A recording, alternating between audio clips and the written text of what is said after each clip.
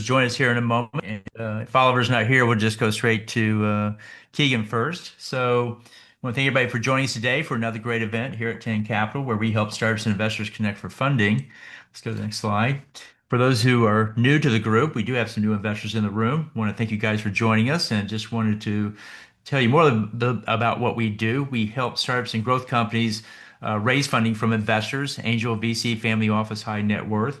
And we help with fundraise preparation, the campaign strategy. We coach on the investor engagement, make introductions, and then help with the follow-up. We stay all the way through to the close as best we can. In short, we provide the legwork, saving you time and money.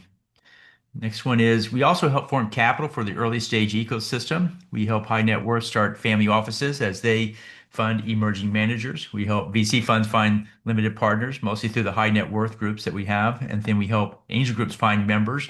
We've done over 35 angel group supports over the years and continue to do so with everyone that's working in that space. Let's see, go one more. Uh, we have 4 online events a month, and we have two in-person events a month. We have the Quick Pitch, which is for tech companies. We have the Life Science Syndicate for life science. We do an investor education session, and then we also do the 10 Capital Connect and the Investability Score. So we have a good number of these. In most cases, it's a 10-minute pitch, 10-minute Q&A. 4 companies pitching, 5 to 10 investors in the room. We also do 2 in-person events. We do a speed match here in Austin, do a 5-minute pitch, and then 10 minutes with each investor group that we have. And then we also do the Dallas Scale Up Pitch, which is a lunch meeting, about 15 investors and 3 companies pitching, mostly in person. Go to 10capital.group. You can learn more about all of our events by clicking on the events button. You can see what we have coming up. Hope to see you guys coming to those as well. Ooh, went the wrong way. So let's go one more. This is the 10 Capital team. There's almost 10 of us now, and so we continue to grow and expand. We most recently invited Mustafa Shahat to join us to expand into the Middle East, North Africa, and we're also seeing some activity out of Europe. So finding a lot of interest there. We've had clients go to the Middle East and raise additional funding, and we're helping all of our clients now do that for those who want to go that direction. It's been a lot of fun. We now have 250 investors on the VC list, and we've done 2 events in the MENA region. We've created a Substack newsletter. It's about how to use AI for fundraising, both from the startup and the investor point of view. Take a picture of that QR code. You can subscribe to it for free. And at the very end of this session, we will spend a little bit of time looking at one of the recent articles we published on signaling. How do you put signaling into the deck and why is that important? And we'll also provide a prompt for how you might test your deck to see what you can do with it. So with that, we'll go to the next one. If you are raising funding, you can just take a picture of that QR code, fill it out, and we'll follow up with you later to see if this program is a good fit for your fundraise. So with that, let's go to our presentations. Let me go and stop sharing. I think we have Oliver in the room. We're going to have 4 companies pitch today: Qualisure, ChillShark, Healthy for Life, and SkyMirr in that order. Each company will get 10 minutes to pitch, 10 minutes Q&A, and then afterwards we'll ask each of the investors, who do you want to follow up with? And then after that, we'll spend about 10 minutes talking about the signaling application. If you have more questions, we can stay longer and then show you how you can do this yourself with your own AI tool that you like best. So with that, let's invite Oliver to come up first of Qualisure and launch your slides and kick off. Oliver, you got 10 minutes to pitch, 10 minutes of Q&A, and looking forward to your presentation today.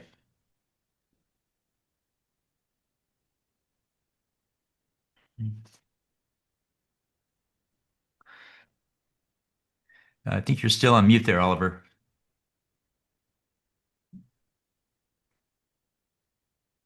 So he is. I apologize for that. There you go. Okay, If you're ready, go ahead and tell us more. Great.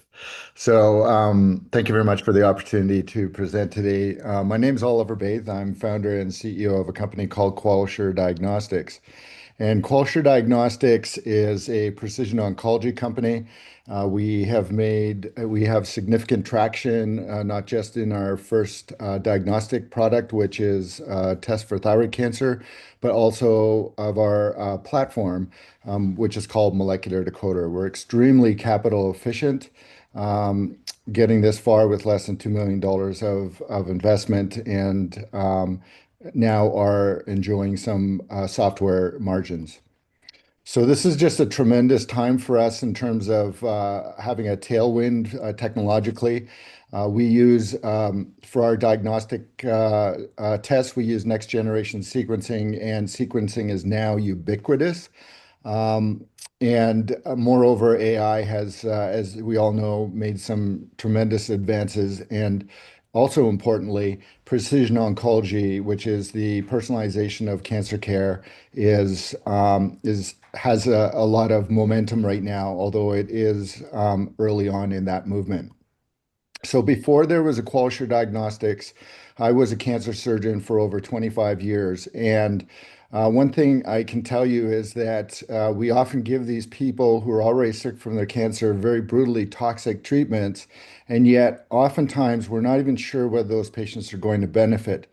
And what we need to do really is to really select patients much more effectively for giving them the right treatment at the right time.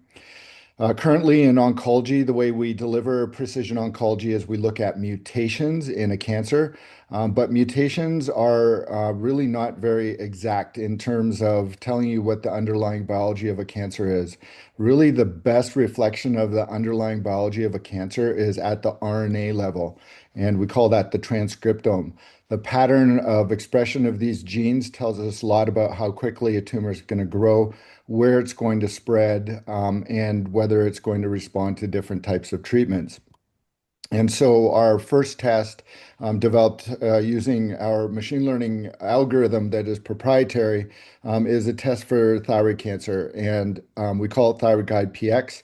What it does is it tells you whether a thyroid cancer is aggressive or not.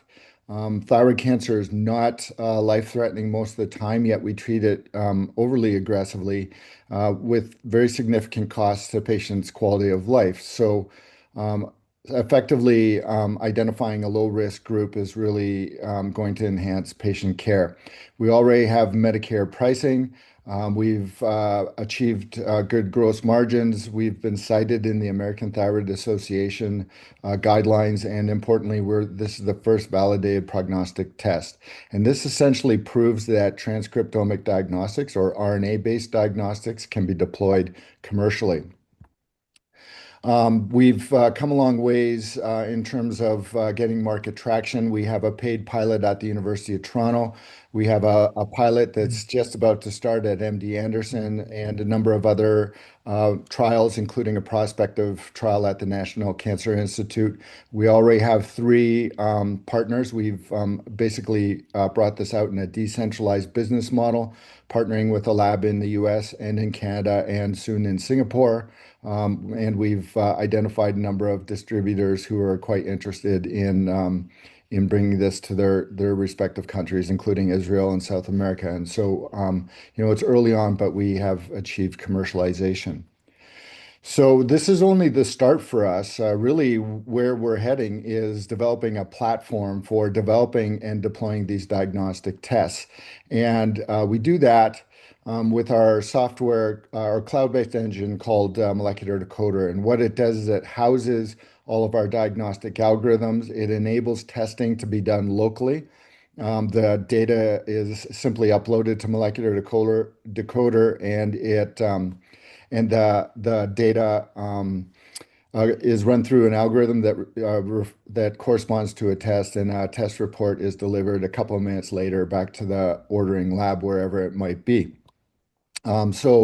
Molecular Decoder represents our next beachhead, our next market. We're now offering this to other diagnostic developers. We're now engaging as well with pharma companies in order to deploy transcriptomic tests. And essentially, the way we make money with this is early on, it's a subscription based, but once a diagnostic test takes off, then it's a revenue sharing sort of model. Just to show you that this actually is feasible, we've already deployed molecular decoder at OncoHelix, and which is in Calgary, Canada, as well as in Orlando, Florida, with Protean Biodiagnostics, and we're just about to connect with InVitroQ in Singapore, which also has some subsequent a couple of these partners have partners in South Korea, Japan, and United Arab Emirates. So there's a lot of capability to bring, again, thyroid IPX using molecular decoder to all of these markets. We are just now realizing our first revenue. Initially, our first revenue will be related to Thyroid Guide PX, but as time goes on, molecular decoder will represent a larger share of that revenue. And what's really going to be a major lift for us is engaging with pharma companies. We expect that by 2030, we'll be reaching 58 million. And that, again, is really just the start. What we're now doing much more aggressively is engaging with pharma, and each of those contracts represents 250,000 to $1 million worth of business. What's really exciting is our next phase of development of molecular decoder. It's called a transcriptomic foundation model. And what it does is it enables RNA-based data to be standardized so that that really dramatically enhances our capability to bring this to international markets and helps us also engage with other established diagnostic tests, such as Oncotype DX, for example, enabling them to bring their markets to the global marketplace. Here's what the transcriptomic model does. It takes the data that is from various pipelines and standard operating procedures, and it normalizes it so that now we can effectively decentralize transcriptomic testing. This is our team. Cynthia is my co-founder. She's a bioinformatics expert. Dave is a cloud computing and cybersecurity expert. And we're now raising $7 million. There is an opportunity to come in at a convertible note at this time, but ultimately the 7 million will be a priced round. And thank you very much for your attention. I hope that you'll see that we're at an inflection point. We've come a long ways, but now we're about to take off and gain some even greater traction. Great presentation, Oliver. Dustin, did you have a question there? What would you like to ask? Yeah. Oliver, and I might have missed some of these as I was taking other notes. How long have you guys been working on this now? I've run a lab for 25 years. A lot of the technology, the machine learning algorithm that we use to develop tests very rapidly was developed 10 years ago. I started the company 6 years ago, the actual Thyroid Guide PX was deployed last year. And our primary focus at that time was really engaging with the larger institutes with key opinion leaders. And molecular decoder was really built for us to address our own challenges of decentralizing this business model. And we realized very quickly that this is very valuable to other people who are dealing with algorithmic diagnostics. Got it. And the platform you showed a couple, are those pilots that are running right now? Or are they paid pilots? How long have they been running, and what have you been learning from them? The pilots for Thyroid Guide PX or molecular decoder? The decoder. Oh, yeah. So these are established pilots, or these are established connections with our partner labs. And so the labs, just to be transparent, are not the payers. The real payers are going to be the other diagnostic companies that deploy their tests onto molecular decoder, and then later on, pharma A lot of our effort now will be dedicated to developing companion biomarkers in collaboration with pharma, and they essentially will be realizing the revenue related to those biomarkers. So, is your company having to go out and sell each one of those diagnostic tests? What's your distribution look like? Are you able to partner with other folks that get that out to market? If that's the primary driver of revenue, what does that look like? So for our first test, we would like to build a commercialization team in the US. I think that we are reliant on distributors and lab partners in other countries because they have a better appreciation of the local culture. So, for example, our partners in Singapore will be selling the test themselves, and they also have other labs in South Korea and Japan, so they'll be selling those as well. Um, Molecular Decoder is one of those, it's more of a B2B sort of business model than Thyroid Guide PX. And so, initially it represents infrastructure for diagnostic companies and for labs. And we'll be doing that directly.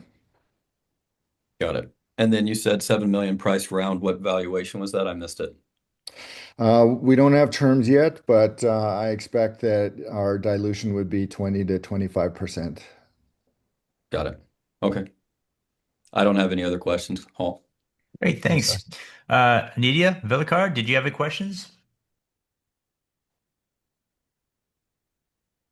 No, thank you. That's good Oh, with me. okay, thanks. Yeah, so my question, Oliver, is what's the current growth rate you're predicting there? We saw the slope go up there. What year-over-year growth rate are you looking at, and what's the margin you're getting on those products? So the Thyroid Guide PX margin currently is about 82%. The first year growth is very minimal. It takes, to be honest, it takes quite a bit to get adoption for these tests, and that's related to reimbursement also, but also to building your evidence package. And so as these pilots come off the ground, that's when the real growth is going to happen. We only project that we'll be selling about 5,000 tests a year by 5 years. That's not where our primary revenue growth will be. It'll be really related to the platform. And, we're expecting our base model just 88 customers. And that alone will get us to the 58 million. So the real growth will be cash flow positive. Our expectation is by the end of 2027. What's the reimbursement situation look like? How much is reimbursed and by who?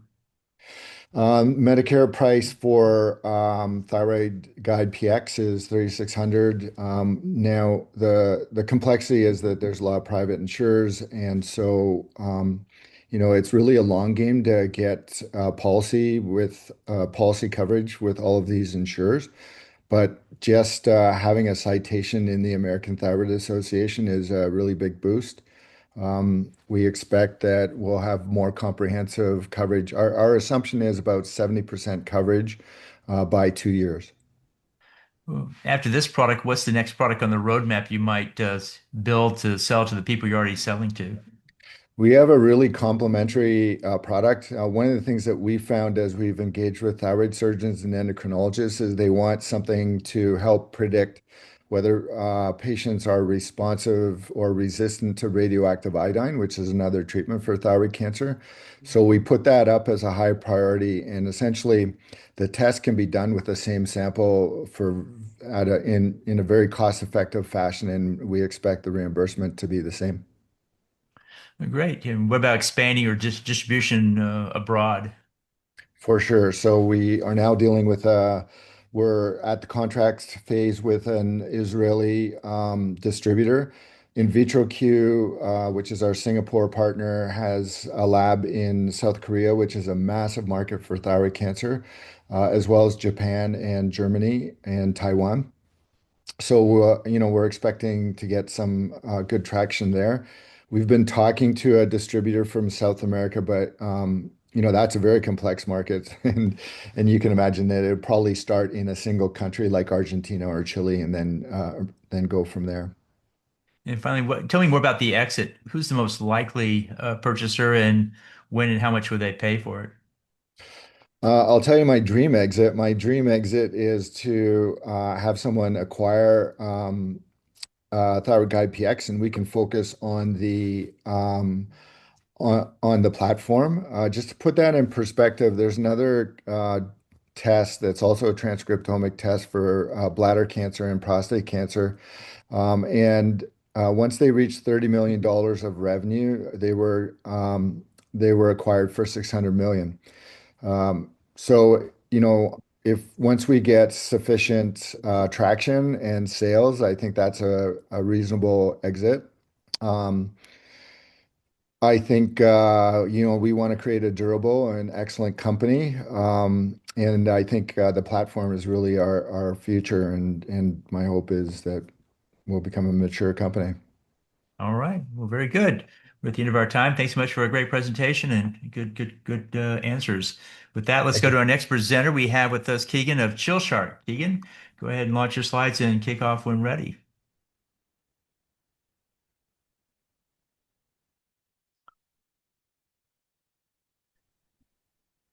All right, can you guys see the slides? Yes, we can. All right, all good? Yep. All right, so my name is Keegan O'Connor. I'm co-founder and CEO of ChillShark. And basically, we built a product that turns any bathtub into a cold plunge. That was the original problem, but we realized it was much bigger than that. Every luxury hotel in the world wants to bring wellness or recovery to the room, and none of them have a solution that can fit. And that's the problem that we solve with ChillShark. So, over the next 10 minutes, we'll show you, our business model, how we make money, some of the traction highlights, and then ultimately how we plan to exit. And right now, we have traction-wise, we have a 2-year contract signed with 4 seasons. We have NBA customers, NHL customers, and we're raising money to scale up manufacturing and get some inventory. So the problem's pretty simple, and this video is a really easy way to understand it. Look at how nice. They brought me a little shovel. So what we learned was, regardless of whether it's a guest or a pro sports team, there's no real solution for bringing the ice bath to the room. And as people begin to integrate this habitually into their life, they need a solution. And so the solution that we came up with, it's lightweight, portable, it's engineered to be very quiet, which is important in these luxury environments, and then it adheres to the brand standards. So, but when you look at the market, right now, the guest consumption patterns have been changing. So less money spent on alcohol, more spent on wellness. And so they're trying to find ways to capture and capture more revenue, but also serve their guests. And the problem with trying to add cold water immersion specifically is it's going to require a lot of CapEx. They don't have a footprint for it. And then, there's a space constraints. So what we were surprised to find out was how much demand there was for this within hospitality. So, you have take 4 Seasons Philly, for example. You have 73 professional sports teams that stay there per year, and they don't have a solution. So that's 73 customers already. And then on top of that, they get 6 to 8 requests a week. So it's a problem, but they don't have, when you look at the consumer products that are available, they won't pass the brand standards, and they don't have the service or the trust to fit the luxury environment. And then, when you're looking at a legacy install, it doesn't fit the room, or it's incredibly expensive and just doesn't make sense. So our solution fits into it's designed to fit into the luxury environment. It uses an existing tub, and then ultimately it's providing a solution and a new process for a problem that they've been experiencing for quite some time. So as simple as this, you lay the mat over, you fill up the tub, lay the mat over, pre-schedule it, or just turn it on the unit, and ultimately It's as easy as that. So it really is fitting into the workflow of the hotels, and they're really excited for this because it generates cash flow for them. So right now, it's an incredible headache to get this set up. They have staff who have to go and set this up, or they just can't offer it because they don't have time. We give them a way to generate revenue and service. We have a service model they'll actually be able to depend on. So it's a no-brainer for operators. And the traction, as I said before, it speaks for itself. So we launched really focused on the consumer market, but we got pulled into, and there's demand within the consumer market, but we got pulled into luxury hospitality.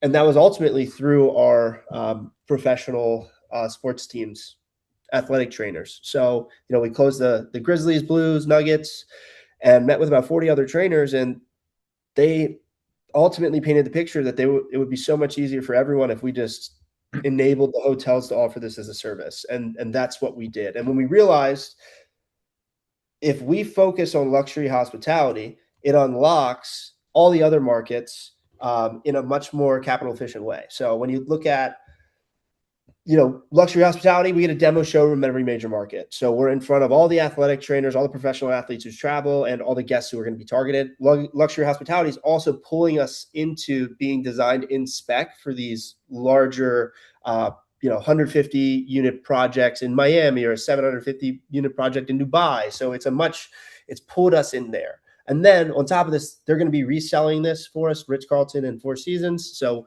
we have a way to start to begin accessing the consumer, and further down the line, as we start to scale up and expand out to consumer, we'll be coming from a really strong brand presence. So, the traction speaks for itself. It's solving a major problem. But, at the end of the day, I'm going to pass this to Venkat to kind of talk through how we make money and, ultimately our plan to scale the manufacturing side of this, because that's the other really key component to this. Right. Thanks, Keegan. So, hello all. I'm Venkat Mallela. I'm the Chief Operating Officer for ChillShark. I spent most of my 30-year career before this in large corporations as an engineering and operations executive, automotive, consumer products. But the last 10 years, I was with the world's largest wellness appliance manufacturer, with Masco Corporation. So manufactured and designed hot tubs, cold plunges, saunas, which are there deployed in over 80 countries.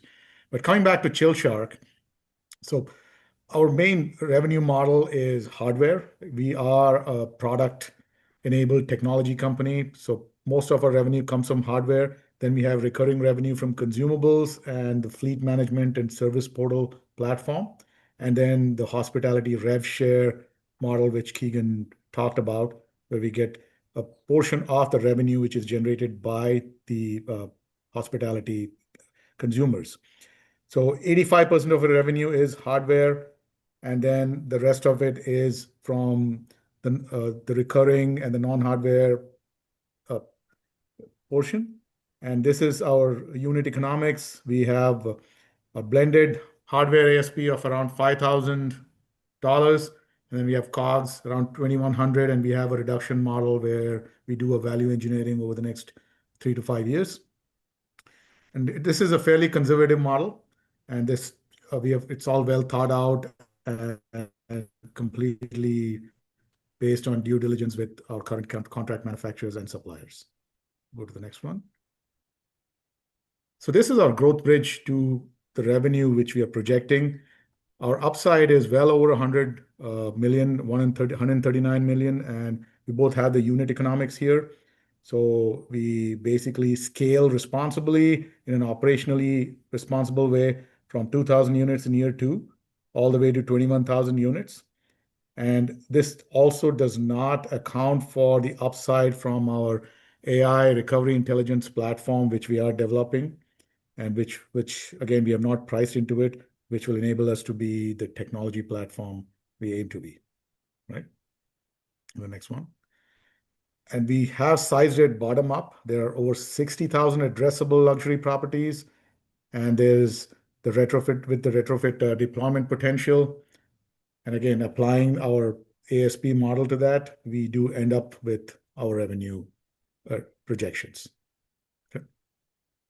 And then from a competitive standpoint, just to hop in for one slide, from a competitive standpoint, Plunge is the second competitor here. They scaled their business without raising additional capital, from 0 to 100 million in 3 years in sales. So this is proof that there is demand for this, but we actually innovated and built a product that unlocks a completely unaddressed market. And what you'll see here is we have the retrofitability, the luxury, we have the technology and service paths that are positioning us to be a leader in the category. And we did a 5-year path, what Plunge was able to do in 3. So we feel like it's a very conservative model.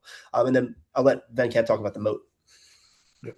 So our moat is both from our patents and the design and the utility patents which we have, and the trade secrets we do have through the AI model we are developing for the recovery intelligence. And we have all the categories of patents, basically from design to utility, the brand, plus trade dress, and also the expert protocol layer, which we are getting through our medical advisory and research advisory board. And again, the defense is not one claim. We will always be ahead of the competitors in terms of how fast we can execute with this sort of a multi-pronged moat. And again, the moat is just not the design and the product, it's also the distribution model which has been built to that. Yeah. And then team-wise, so my background is, I started my first company when I was 15, had a couple different businesses of varying degrees of success. And then I also did some enterprise sales for a large Fortune 500 company. And then honestly, the single biggest differentiator here, though, is Venkat and his background.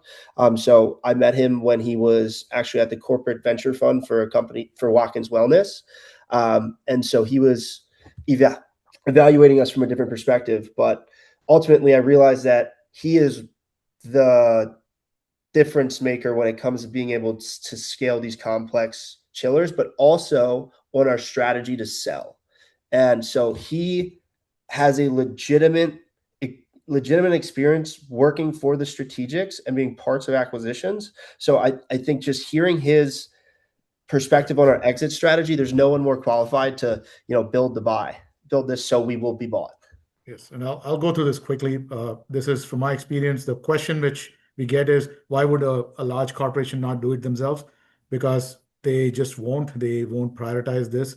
So this is a great adjacency to do a tuck-in or add a product to an existing distribution or acquire a new distribution. I've been part of multiple acquisitions as a part of large corporations. So I just understand the playbook of how this works out. And we are designing and building the business exactly for that purpose. And these are some of the potential strategic buyers. I would be very surprised if one of these, in fact, we've been connected to some of these already. We have been having conversations with these companies. So, yep.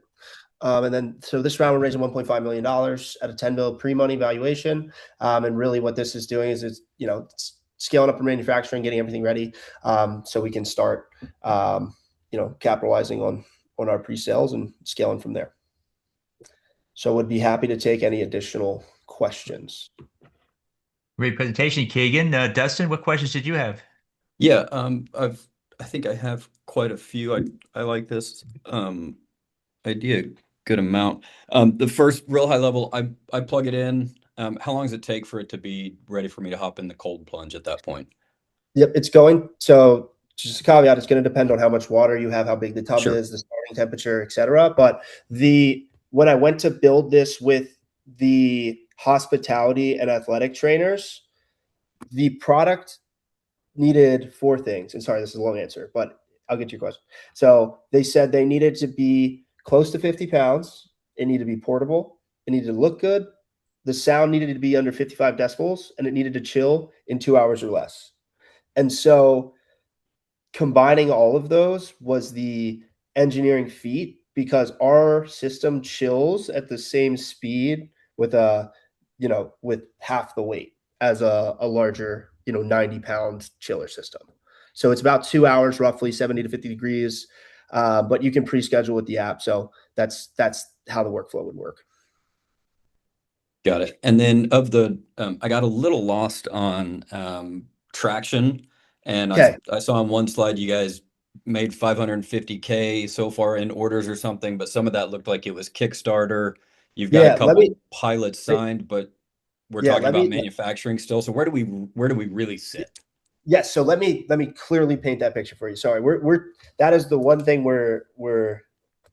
we want to work to improve in communicating. So we are Okay. delivering our first units next month to the Grizzlies, Nuggets, Blues.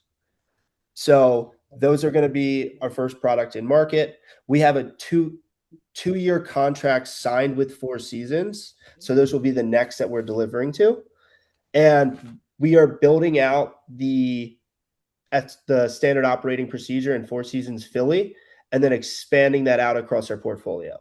So right now, we have not delivered any units. We have 10 that we've made, we've tested for quite some time. And now we're doing some final testing to then deliver next month.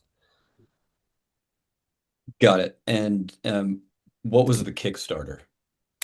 And so the Kickstarter we'll be delivering those on the back half of this year and then to the following. So the Kickstarter we ran, and we did about $439,000 in sales.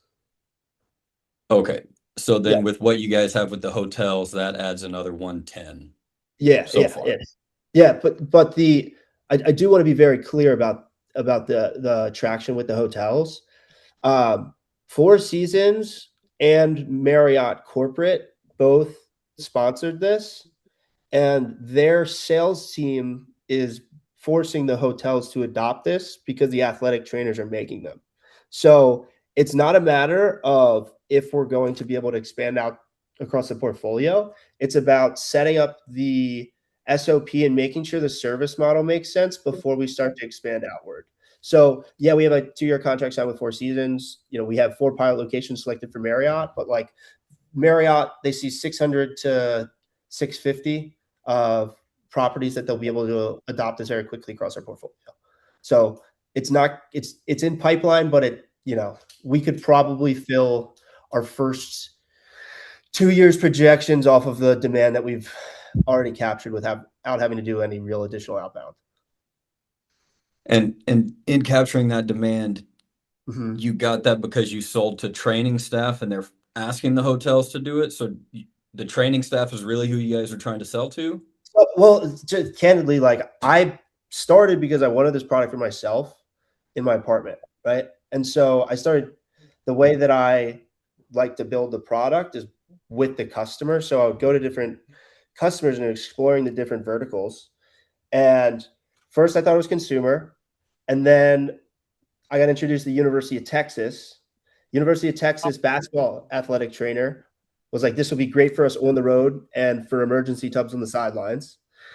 And then I met with more trainers, and I realized what would be even more helpful and scalable from the start was by selling these to the hotels, because the hotels can add it onto the master contracts with the pro sports teams. So they have an install base of customers. So I got Four Seasons to pay us, $20,000 for the units, and then they're giving us 25% revenue share of every dollar that they make off of using the ChillShark, which is you generate a lot more cash flow, focusing on this model first, and then ultimately it gets in front of all the pro trainers, and then which ultimately spills out to the consumer. So we got pulled into hospitality because the demand was so high. Does that make sense? Got it. It does. Paul, I've got other questions, but if other investors have questions, I'm happy to defer. Oh, keep going. I'll let you know if the other guys have questions. Go ahead. I'll check their answers.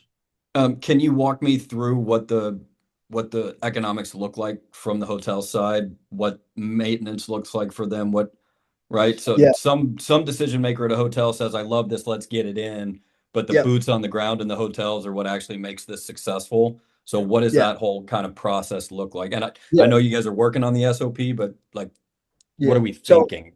So let me start with the economics, and then we can work backwards towards the SOP. Does that work? Sure. And Venkat will be able to help clearly articulate a little more about the service. So economics wise, this is what blew my mind. Guess how much money Four Seasons internally projects that they'll be able to generate per ChillShark deployed. Over the life of the ChillShark, I don't have a clue. Oh, sorry, just over a 1 year period. Oh, I don't know. I'm going to guess $25,000. $100,000. Okay. So $100,000 because they're going to add this on the master contracts for $1,000 for a 3-day rental. And anything recovery services, like anything that makes an athletic trainer's job like slightly easier, like they're going to pay for it.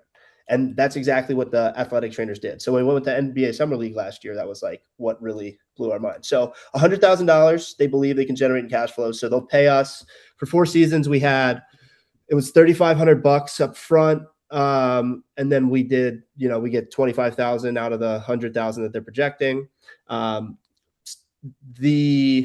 We also are entertaining some potential OpEx models where they would lease for like $400 or $500 a month, but that's a little more capital intensive. So economics wise though, with that revenue share, that puts us over 100% margins, but service wise. So before Venkat gets into this, just the really simple way to think about this is if you're in a hotel and you put in a hot tub or a pool, you can call up any third-party contractor to come over and fix the hot tub or fix the pool. There's a whole network of people. But when you install a cold plunge, you're entirely relying on the vendor. And if you do some research on the cold water or the cold plunge market, like the service has been the thing that's been lacking. And ultimately it's because they're so spread out. So for us though, we are able to remotely diagnose what the problem is with fleet management. And if it's broken, we can ship them another one, overnight. This is once we're up and running. So the service model itself is fundamentally different because the majority of these hotels, when they have downtime in a luxury environment, it's a huge problem. Venkat, you want to touch on the service side too, as well? And we have been working. One of our sponsors at the Ritz-Carlton is the head of operations there, and he's on the board of the wellness, deployments. So it's not that complex. It's basically we're designing in the service kits for replacement parts, as Keegan mentioned, the fleet management, which helps diagnose either remote diagnostics or even for the hotel operations, and filter replacements or the UV bulb sanitizer replacements. All those will be taken care of. And also providing the local support. We have this in our financial model for local support this is outsourced technical support, which can come and replace a unit or fix a unit. The product is also designed for field serviceability. So that's actually part of one of our utility patents.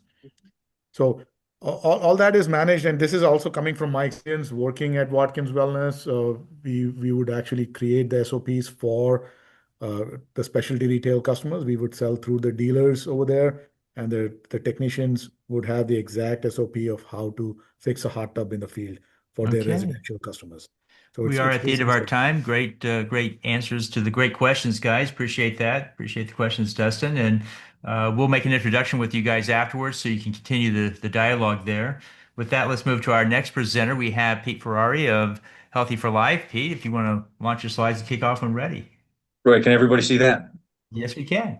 Perfect.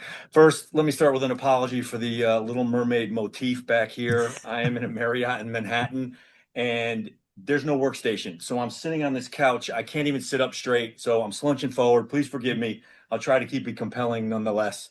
What we're going to be talking about for the next 10 minutes or so, probably less, is Jaca rare sugar, technically called allulose.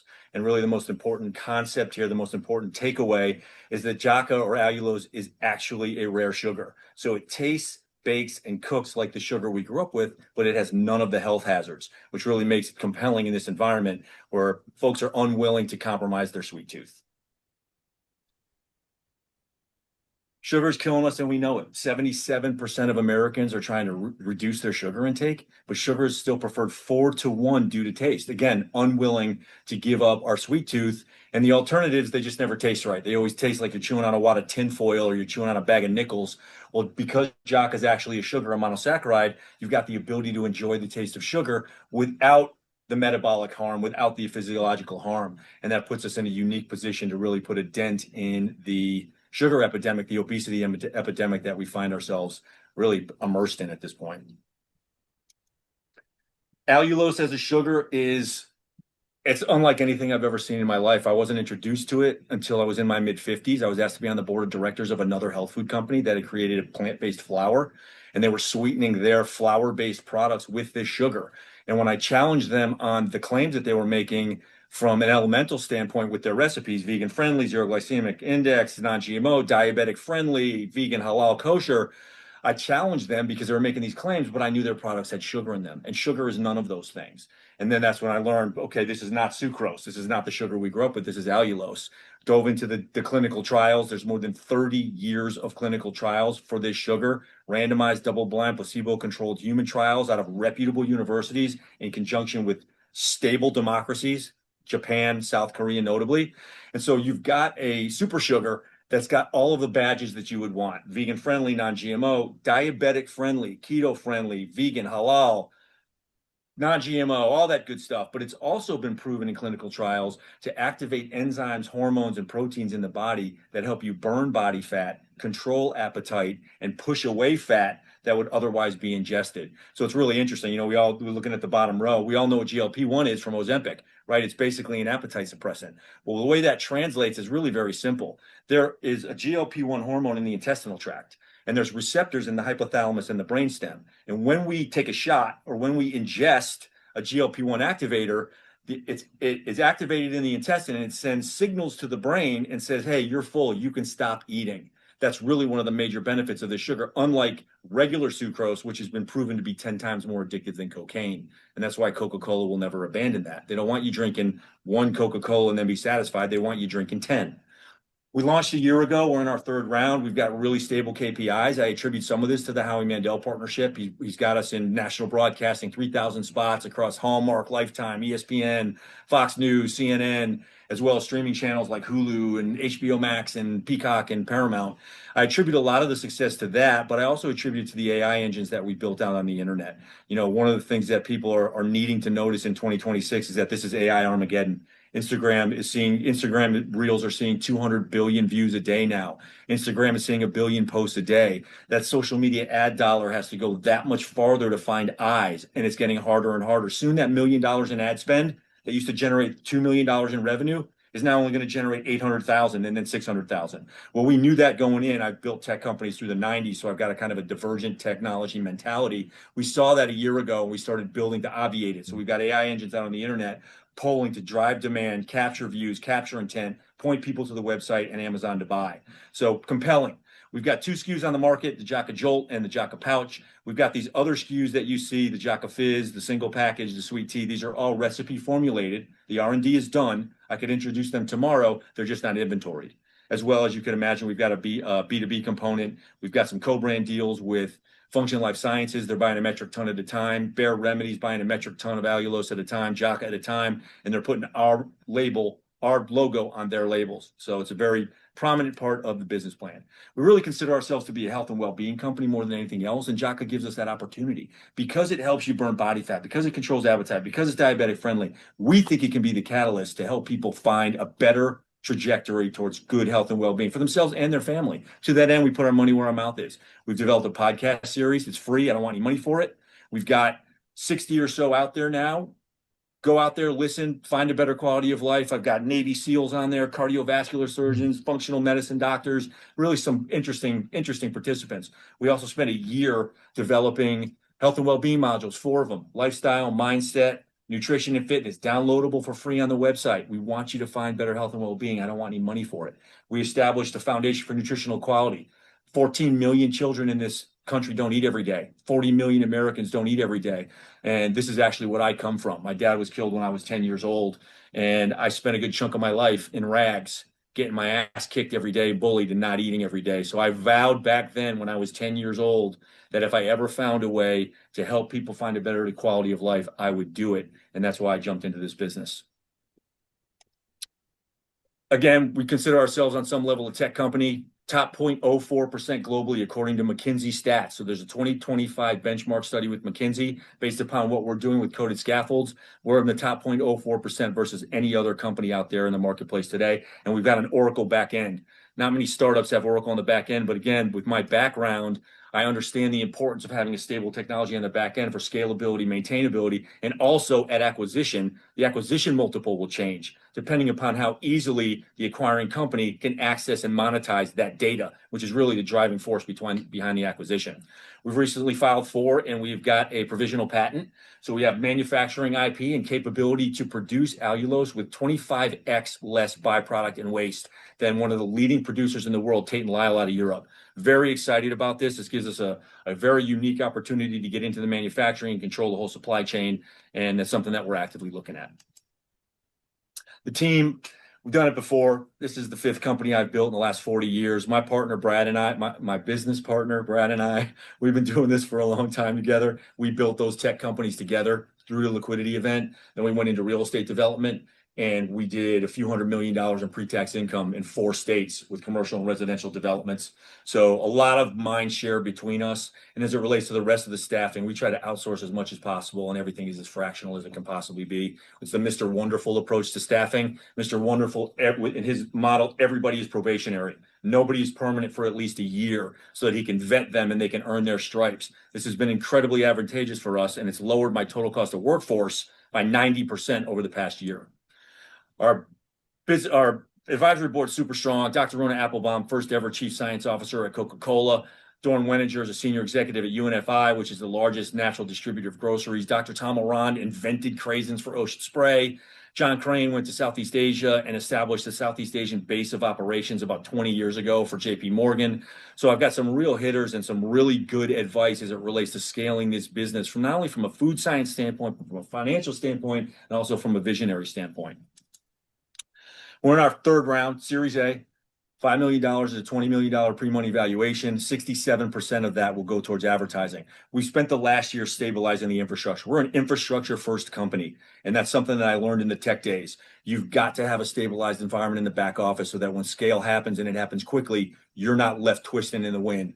Oracle's stable on the back end. The AI engines are stable on the outwardly facing and are growing. And now we've got the ability that this F1 engine is built. Now I've got the ability to throw fuel into it and turbocharge it. So a big predominance of our advertising is going to go towards social media advertising, but also broadcast advertising, streaming channel advertising, and infomercials. According to the International Food Information Council, less than 15% of Americans have ever heard of this sugar. We've got an awareness problem, my single biggest hurdle. What better way to educate than an infomercial? So that's where we see ourselves making these revenue numbers, and the customer acquisition cost in that environment is incredibly stable and very productive versus the social media advertising customer acquisition cost, which is up 263% thanks to AI. Happy to answer any questions, folks. That's it. Great presentation, Pete. Dustin, what are your questions? That was a lot. Too much? Yeah, I like it. We have a couple e-commerce businesses, so at least in this one, you were speaking a language that I know a little bit. The ROAS looks really good. Returning customer rate looks really good. Month-over-month subscriptions look really good. What revenue are we talking about? What are all those numbers based off of? 100 customers, 15,000 customers? Walk me through some of that. Good question. We've got about 3,700 customers at this point in D2C, and then another few thousand in Amazon. So we've got almost 10,000 customers at this point, which is pretty healthy. What's really interesting, Dustin, is we're doing $20,000 a month in revenue. Now that seems anemic, but we're only spending $10,000 a month on advertising, which is even more anemic, right? You're an e-com guy. I should be spending $150,000 a month on ads in order to generate revenue. And I could have done that when I had $1.5 million in the bank a year ago. But what I was not going to do was throw money because everybody in the Series A round is fixated on revenue. What's your revenue? What's your revenue? I was not going to buy shallow revenue and throw ad money 200 grand a month at unreliable KPIs just to say, oh, here's our revenue. So again, infrastructure first. The KPIs are stabilized. Now, when I go to 15x and I'm doing 150 grand a month, these numbers are going to translate and they're going to mean something. And in fact, our revenue has doubled in the last 90 days. We went from 10,000 a month to 20,000 a month. So really what we've done and how we're building it is now starting to gain speed and really starting to provide the economies that we're hoping for. Yes, none of our e-commerce businesses were trying to get to this scale at all, but what we've seen in quite a few of them is we always hit some ceiling. We know it's coming. We just don't know what it's going to be. And so I will say that that's one of the big concerns here is those great ROAS, great returning customer rates. Those start to trickle as you start spending more on advertising. If you're starting to get near that ceiling and we have no idea where it is, I'm not a big help nut. I get this, the allulose side and the core of it. My concern is, was it really good timing on when you guys first started advertising this stuff with this new sugar that was kind of starting to get seen? I don't love the feel of we have to educate our customers before we can turn them into customers about infomercials, needing to educate them on allulose and that sort of thing. So you have any thoughts on those concerns? Yeah, I mean, every company I've ever built has been early adopter or innovator. All the tech companies were innovator models where you have to teach the people what you're trying to sell them before they buy it. I prefer that to a more mature market. I'd rather have to educate somebody and then compel them to buy than to enter a market like the tequila market where everybody knows what tequila is. And if I don't have somebody like The Rock promoting it, then I'm screwed.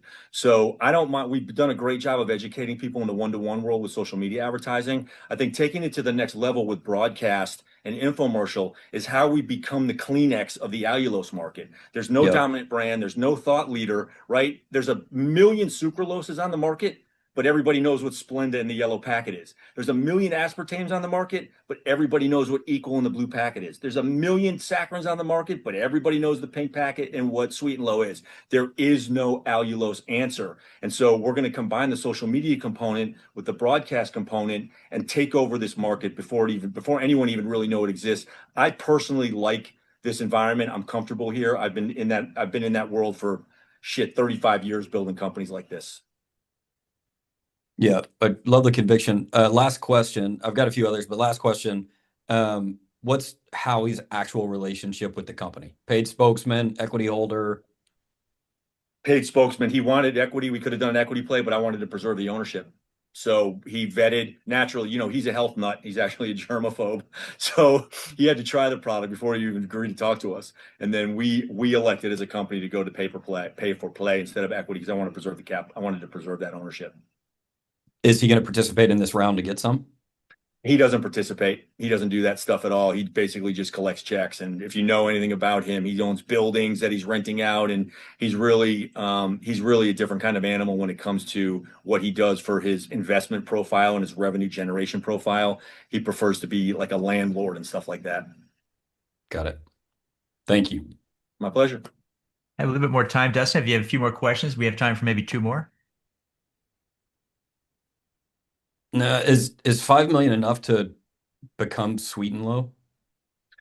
We think it's a hell of a start. We do, yeah. Well, we've got a 36-month month-over-month cash flow model, and we've built into that what it's going to cost to produce the television commercial, streaming commercials, infomercial, and then how we need to stage them to reach a 5 million person audience each time. So based on the 5 million audience and then the KPIs and metrics in that space, that's how we backed into these numbers.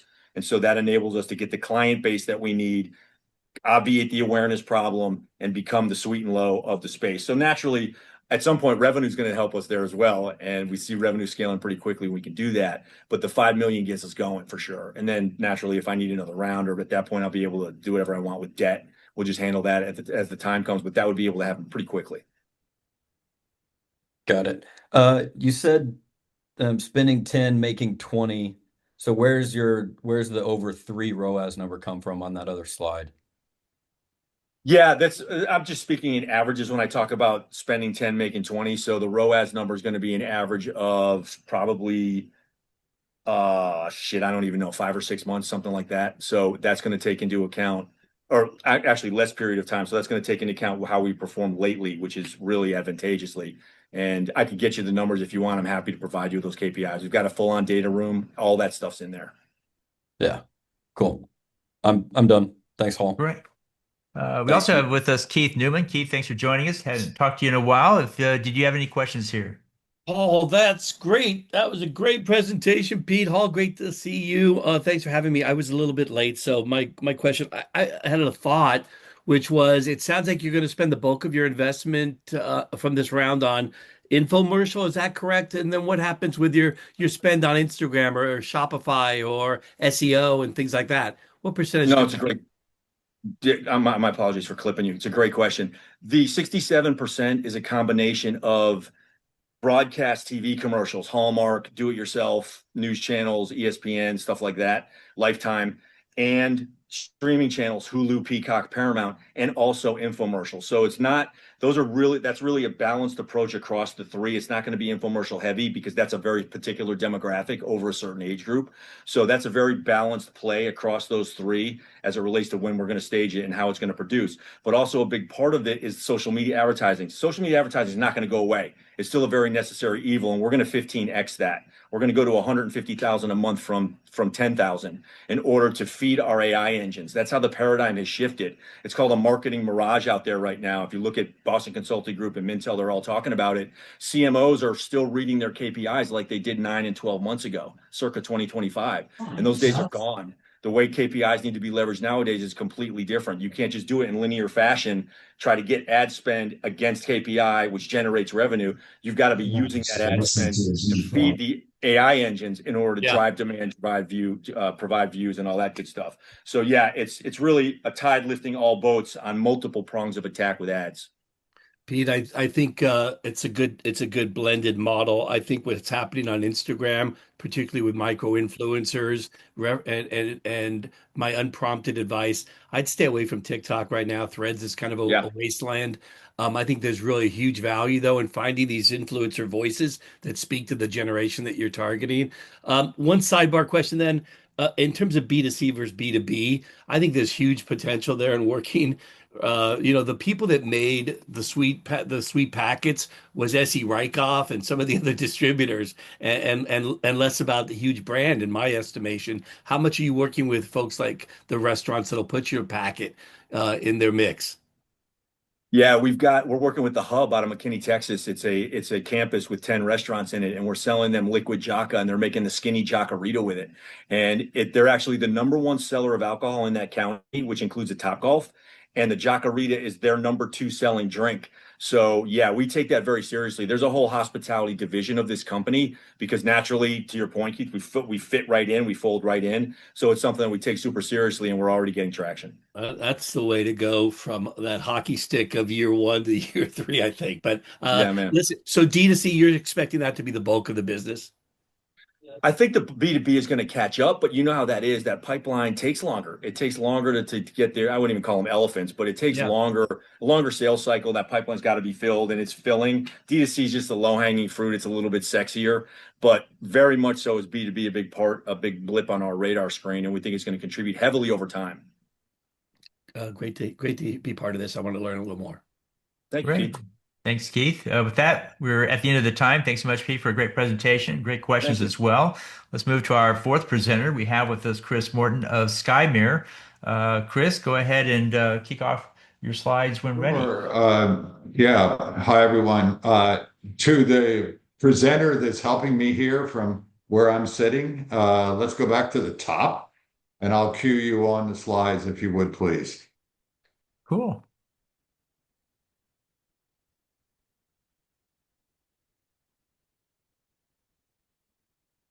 While he's getting me up to speed, since I'm an island almost literally here, let me ask the investor group, have any of you invested in the wireless space up to date? And this is a B2B play that I'll explain.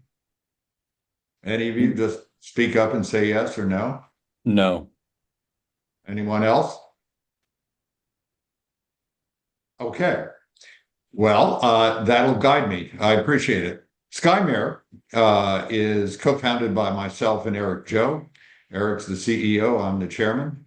Eric is now in Asia, where some of our business is conducted, and we look forward to interested parties meeting with the both of us going forward. The orientation of SkyMirr is high performance 5G connectivity and Internet of Things infrastructure solutions. Infrastructure solutions really means things that connect to the wireless network so that the backbone plus these access devices work really well at high data rates with very clear GPS readings, etc. So we're a performance first company. We have patented, not patent pending, RF technology and product technology. Eric Joe is the premier antenna designer in the world. No exaggeration. Two of my three exits have been in the product space. And so I'll tell you what exactly we're up to here. Let's go to the next slide. There we go. Everything you're about to hear is extensions of these 5 bullets. So I've already identified ourselves as the broadband and wireless performance guys. The key issue is obvious if you consider the following examples. What do you do if you don't have access to the fiber cable plant to actually get Wi-Fi into your warehouse or into your business? That's a major problem throughout South America, throughout Africa, and in many places here in the United States. I think, Rick, you're not on mute. Let me get rid of this. How do I put this? Oh. Thank you, Rick. Appreciate that. Go ahead, Chris. Yeah. And so our orientation is differentiation on performance. The breakthrough products we offer, we're a high-tech company, tech first, but we offer real products that exist now. And they've existed in rapid fashion since the 17 months since our Series A was initially funded. It's based on the technology called Mulcat. That's not a good story for today. But the bottom line is that for things that matter to RF links, like the efficiency of the antenna, like the power of the antenna that allows high data rate, like the power of the antenna that allows you to go through metal walls and other things, is the real point of the products we're bringing to market. And we have 10 already in this period of time. And so in order to get to market, we've actually realized, since we're veteran guys at this game, that you need powerful friends, especially in the B2B market. Our aim is the small to medium business, and we actually have signed channel relationships with T-Mobile and Hot News Hall, Verizon now as well. Cool. Serious stuff. And even if you don't invest in the wireless market, this is a big result for us. And I'll talk more about it shortly. Our revenue growth, conservatively built from the bottom up, goes from a couple of million this year to pressing 40 in 4 years. And it's the details of which I can share quickly with you. Next slide, please. So I've talked about performance being a bottleneck. I'm not going to repeat that here, but look at the bullets in red. If you look at those bullets, you obviously think of rural communication. You think of fail-safe backup. You think of mobile inside our offices and inside our warehouses and buildings. Typically, that's translated to our data rooms and our data communications as well. Think of customers we have like Harry Winston with 500 stores nationwide that need point of sale. They need a router to be able to do this, and I'll explain that more clearly in a moment. And the list goes on. Think of protecting your conference center with usurpers from the outside that either some lost lady or people in camo. And you need to telemeter that back at very high speed so video networks can kick in. You see the numbers on the market side on the right-hand side of the chart there. But what that means is, and it can't be a surprise, is that these various categories that we're operating in, including 5G, including fixed wireless access, which is how to get not through the cable plant like you may have in your house, but through the 5G network, are exploded. And they are major conflicts among the carriers to our advantage in order to get an edge. I imagine that you've all seen the commercials. I also imagine you've probably all seen the friends but yet enemies. So the frenemies that are being kicked up by the satellite companies, including Elon Musk, et cetera. Let's go to the next one. If we could, yes. So in today's wireless world, all these devices that connect to the big backbone network, and we're not the backbone, we're the access guys, don't pay a lot of attention, not only to the antennas that are embedded in them, but to the design of the product itself. So focus just for today on the lower left-hand stack of elements when you build a wireless product, such as the ones I've done many times and the ones that are basis for our exits. And the antenna is almost always an afterthought. There's two reasons for that. One of them is it doesn't have the glamour of silicon. It's cheap, and people don't do it well because it can be a bit of a black art. So what you see on the right-hand side is that data rates are slow. Batteries wear out if it's a battery-based product like a tracker, and generally pain throughout the business experience that you have. So we're the guys that you do everything else well, but focus on that fourth or fifth, I should say, left-hand side red element in our products. The interesting thing about this that I think you guys will appreciate is that it doesn't increase our cost of goods substantially at all. So we're not going to be in a position, and we are not now in a position, where we have to trade expensive for better. We just know how to build it, and we protected the fact that we know how to build it. Let's go to the next one.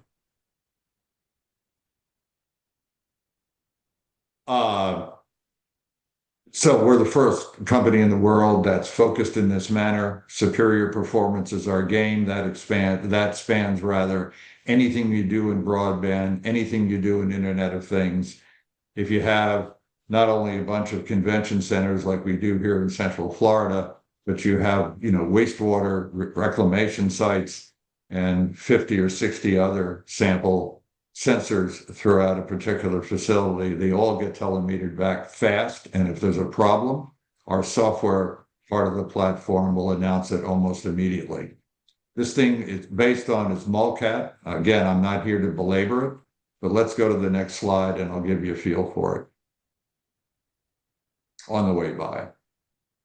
On the left-hand side, there's 3 horizontal lines. They're meant to be representative. Every design doesn't look like this, but every antenna is based upon this. We actually have a way in the field of the antenna to make all the elements of that antenna. Think of those things that look like spiders that you may have in your home.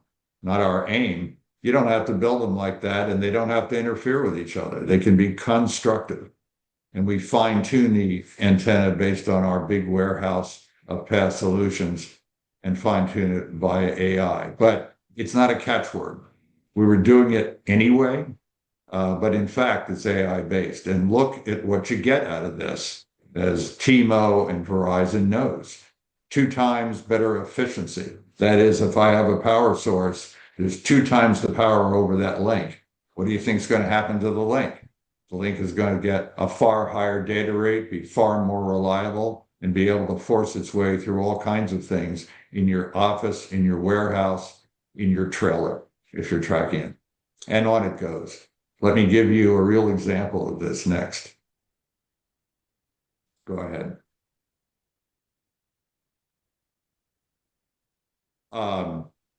The examples, although I've talked about technology, are in real products. And what I want to stress to you here is that this set of antennas that stand by themselves, for example, connected to a warehouse video, or your home for that matter, but a warehouse or boat or home-based security system, work a whole lot better when the antenna is stronger. We've gotten, whoops, we lost it. There it is. Our new product on the market today is a router. What do I mean by a router? It's the thing that currently is in the wall, perhaps of your home or your business, that attaches to the fiber and cable plant. This doesn't need to. And in fact, in a surprising number of places, and not surprising number of places worldwide, you simply turn this product on, and it's about so big, in just a few pounds. It speaks 5G to the antenna tower and Wi-Fi for multiple users, up to 500 inside, if you need them, inside your place of business. Think of ASPs that are around $550 at a margin of about 42%, and you see why we're interested in this. And it's the thing, and I'll show you an example visually here in just a second, that allows that strong performance that either benefits from higher data rates or more places the wireless network can reach.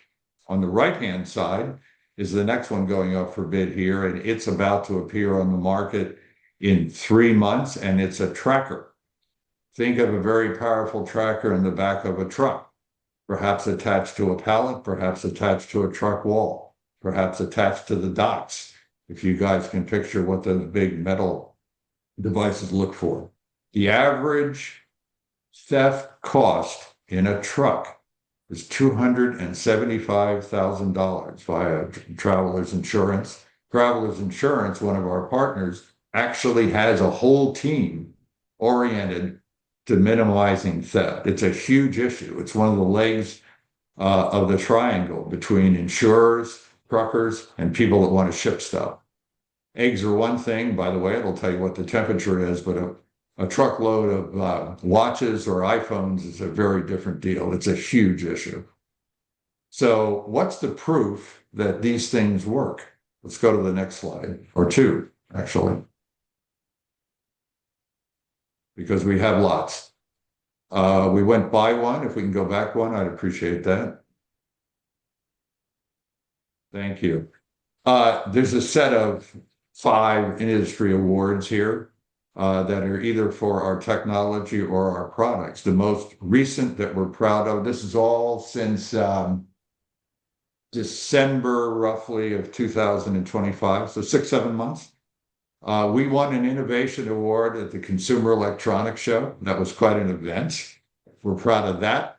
And you see the others there. This is not some Jabib back office award that you pay for. None of these are that. These are highly competitive industry awards that sees the value of what we have. In a minute, I'll talk about other proofs, like the big guys that are our channel partners to sell this stuff. Next one, please.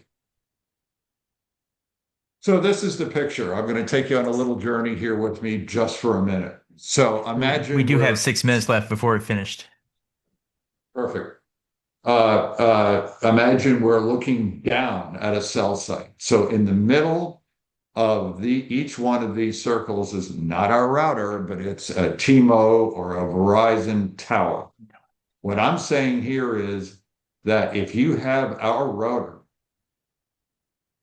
twice the serving area can be served by this self-same Verizon or T-Mo with our router as it can be with the best competitor on the market measured. I'll leave it at that. You see the value. And the details are for a different time if you choose to talk with us further. Let's move on.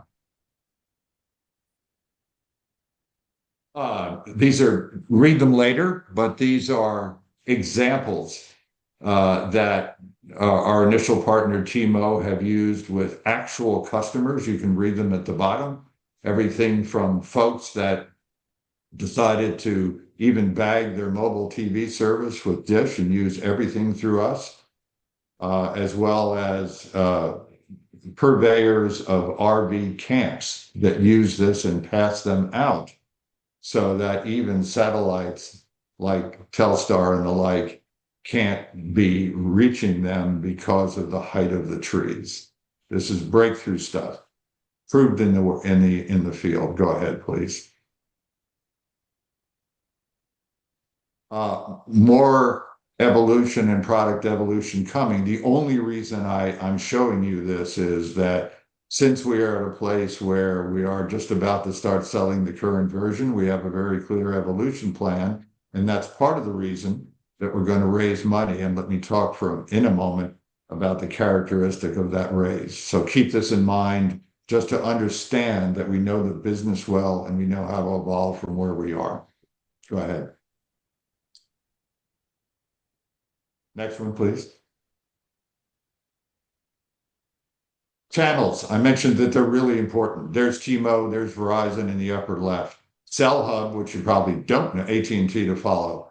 Cell Hub, what you probably don't know, is the master agent for T-Mobile and a major player with Verizon. So in this business that we know well, you can't possibly sell, and one of the prior guys mentioned this, just the same game in a different business.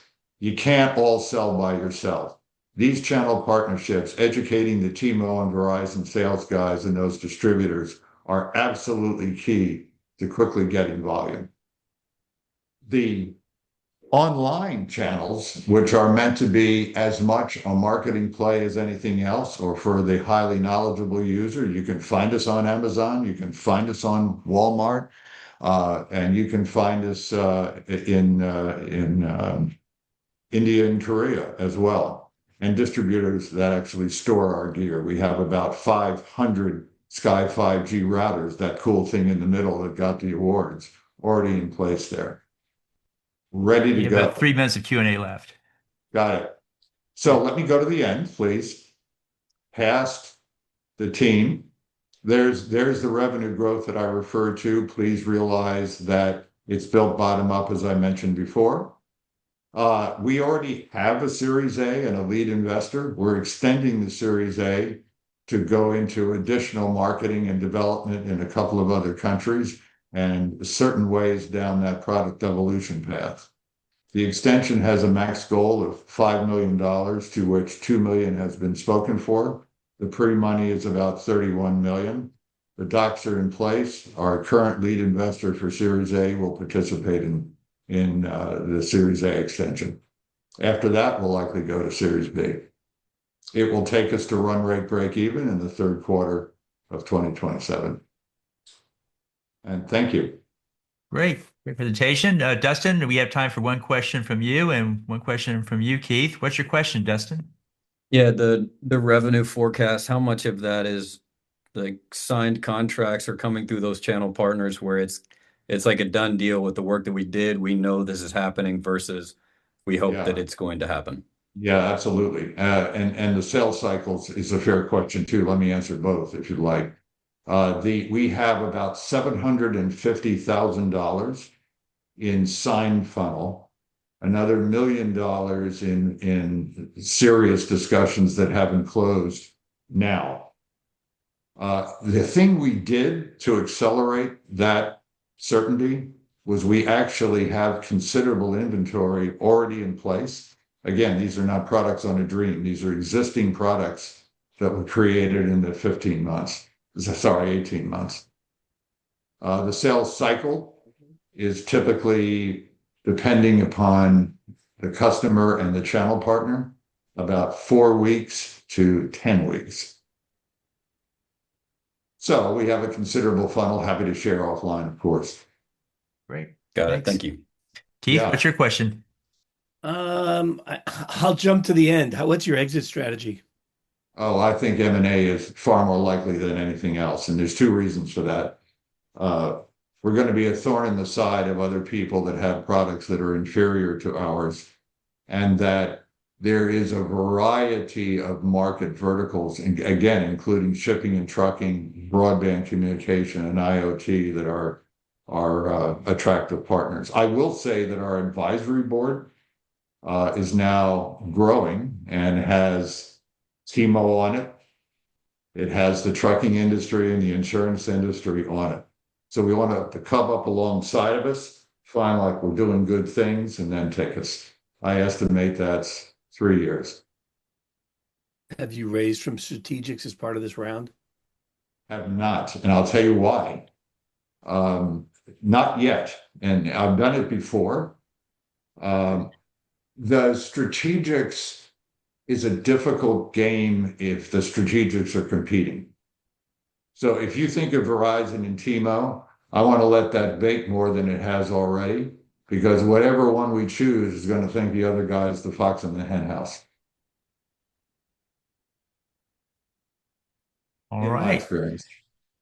Great guys, great presentation, great questions, and so forth. At this point, I ask the investors in the room, who would they like to learn more about? Dustin, of these four, what would you like to, who would you like to learn more about? Um, I would like to connect with ChillShark. I'm intrigued by the final two, but as an angel, I don't invest in valuations that are that high. Just it doesn't go in my portfolio. So Sure. Okay, we'll we'll make we'll make that introduction that you asked for there, and then Keith, how about you? You know, they were all great presentations. Thanks for having me. The one I'd probably pick out would be Jaca. Okay, great. We'll make an introduction on that as well. Appreciate you guys. At this point, I'd like to do a short presentation on the use of AI for uh, startup funding and investing. So with that, let me switch gears right quick. Love to have your feedback on this and see what you guys think about this. So I started a Substack called the 10 Capital Connect, and we put out prompts every week in a newsletter.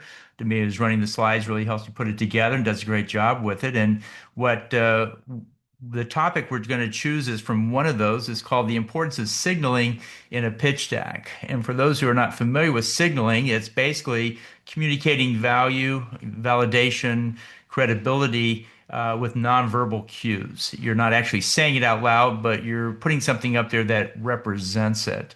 And so if you look on this graphic that she put together for us, it's important to put signaling in the deck throughout. And you can see here, there's, signaling is, talks about the validation of the team, the validation of the product, validation of the market, the credibility of the solution that you have there. And I often get people saying, well, they'll put their revenue up there like 500K ARR and then a nice graphic there, but, usually it's not able to read. Others put up there 500K and then start talking about elements of it, like the month-over-month growth rate, the enterprise customers, the top-tier advisors, and so forth. And this signals a lot more value in company B than it does in company A. And so it matters more than you think, because I see people come through, and those who raise money, typically they've got a fair amount of signaling cues throughout the deck. And one of the best ways to signal is with logos. And I found that if I had 10, 15 logos in the deck, people walked away with a sense that this is a credible company. There's a lot of support behind them. I think I'll look into it. If they don't have any logos or very few, then there's not as many people saying that this has got credibility because they didn't pick up those cues. And what I like about logos is the fact that you don't have to explain it. You see the Harvard logo up there. No one's explaining what Harvard is to you. The logo does the work for you. It's just signaling that you're with a great group of people here, and at some level they support you. And fundraising at its heart is about building support for your business. The customers are behind it, the partners are behind it, the suppliers are behind it, your family and friends are behind it, you're behind it, and then you've got other customers and other groups that are behind it. In the life science space, if you have a cardiology deal, you have the endorsement from the American Heart Association. So you have the age logo up on the screen showing that they're behind you. And that really helps a lot in fundraising when you have the logos in there. And so you want to show that you have, as a team, domain expertise, founder market fit. You've had prior success. If you have exits, you put those up there. And then customer validation is a big one as well. I have many people say, well, I've got these pilots, but I'm not counting that revenue. And I think, well, let's rethink that. A pilot signals that somebody's interested enough that they're actually using the product. In some cases, they're actually putting money down. And if some people say, well, I'm not going to count that money because it's not the final money. But, in the early days of these deals, the go-to-market strategy, the fact that somebody's paying money, and is using it and successfully, provides product and market validation. The product works and people pay for it. So at some level, it's giving you credibility when you go through it. And then same thing with social proof. If you have existing investors in the deal, especially with a name, that provides signaling as well. If you have partnerships, you're in the press, getting mentioned and so forth. All of those are signals that you should put into the deck. And like I say, in the form of logos is the easy way to do it. And it's not you're not using your airtime to explain all that. It's just up on the slide doing the work for you and so forth. So this is the kind of thing we want to see more of. And for that end, we've actually put together a prompt. So if you go out to the 10 Capital Connect website, I'll put the logo up here in a second, or the link to it. And what you can do is in this link here, you can go out and actually pick up the prompt that we have here, and you can actually put in this deal. And let me stop sharing here and let me get the chat bot back up. And so the signaling edition. So if anybody wants to try this out, you can. But I put a prompt in just before we kicked off today. And if I go back out to the AI system I have here, what I did was I actually put in a prompt that is in the group that in the link I just sent you, and I dropped a deck in. And what it does is it comes up and it analyzes the pitch deck and says, where are you signaling well and where are you not signaling well? So I encourage you to grab that prompt, put it in your system, and then try it out. And then see where you can improve signaling in your deck if you're a company or if you're an investor, where you might look for additional signals in the deck itself. So in this one, the founder market fit was strong, timing was strong, customer pain demand was strong, but there was no revenue quality. There was no growth or momentum. There was no strategic partnerships. And there was a moderate for a competitive advantage. And fundraising readiness was moderate. And so back here, it starts to give you information about what's strong, what's weak, and what concerns investors might have, and what improvements you can make as well. So if you are interested in adding signaling to your deck, you have a prompt that will do that for your deck as well. Let me stop there and see, does anybody have any questions for me about this or having experience with signaling? No, concept makes a lot of sense. I really like it. There, right there at the end when you were reading through those things, did you meant to be sharing and show us what it looked like? Are you able to see the screen now or no? No. Oh, No. well, let me I'd put it love to back just up see it in here. action so that way if I go to use it, it's familiar. All right. Let me reshare my screen and let's walk through that again. There So we go. in the chat box, this is Chat GPT. It analyzes the deck as an experienced venture capitalist and focuses on investor signaling, implicit messages the deck sends about founder quality, market opportunity, execution, capability, traction, momentum. And then down here, it actually does a slide-by-slide blow of what it sees, and then it gives an assessment of how you're doing at each element of this. Founder market fit, market timing, etc. Then it gives you more information about what's strong in the deck, what's weak in the deck, what concerns investors may have because they're not seeing any signaling there. One thing I find about signaling is there's a concept in writing that's called showing versus telling. If I tell you I've got a great deal, that's one thing, but if I show you how I have a great deal, it lands a lot more. And so much of what I see in strong decks is that they're showing what that is. In weak decks, we're just telling the story, but we're not giving any indication of how it's strong or what have you. And so that's where signaling comes in, is it boosts the deck strength because you're actually putting in things that signal for you. And like I say, logos and those type of things typically do the work for you. You're not spending a lot of airtime explaining all of those things, but investors pick up those cues as they go through. Yeah, really good. I like it.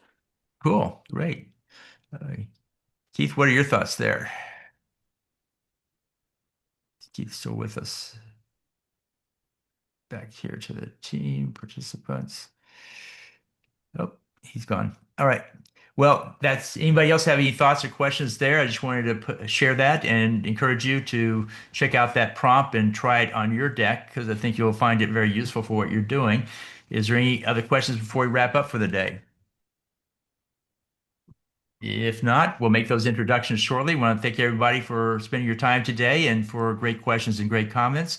And we'll see you guys next time. With that, we'll go ahead and wrap it up now. Dustin, do you have a question? Nope. Oh, I was just clapping. clapping. Okay. Thanks, all. I saw the yellow hand. I thought it was great. Thanks, all. All right. Thanks, Thanks, all. guys. Have a good one. Thanks for listening. Take care. Bye-bye.